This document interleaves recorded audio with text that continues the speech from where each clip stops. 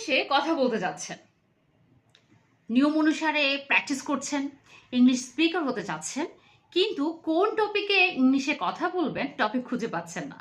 কথা বলতে গিয়ে আপনি কথা হারিয়ে ফেলছেন, তাহলে ইংলিশ কিভাবে বলবেন? ইংলিশে কথা বলার জন্য যদি প্র্যাকটিসটা চলমান থাকে, একটা টপিক লিস্ট করুন। যেমন এক এক দিন আপনি এক একটা টপিকের উপর ইংলিশে কথা বলতে পারেন।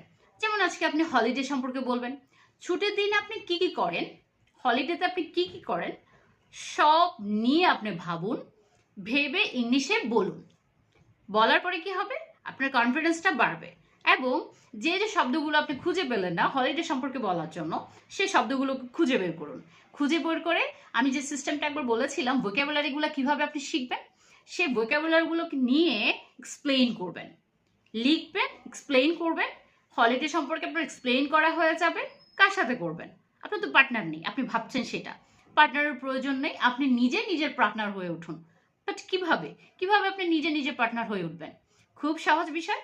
আপনার ঘরে নিশ্চয়ই একটি মিরর রয়েছে, একটি আয়না রয়েছে। আয়নার সামনে দাঁড়িয়ে পড়ুন, কনফিডেন্সলি তার সাথে কথা বলুন আপনার হলিডে সম্পর্কে ইংলিশে। কোনো ভুল হলে ভুল, কিন্তু বলতে থাকুন, তবে একদম ভয় পাবেন না।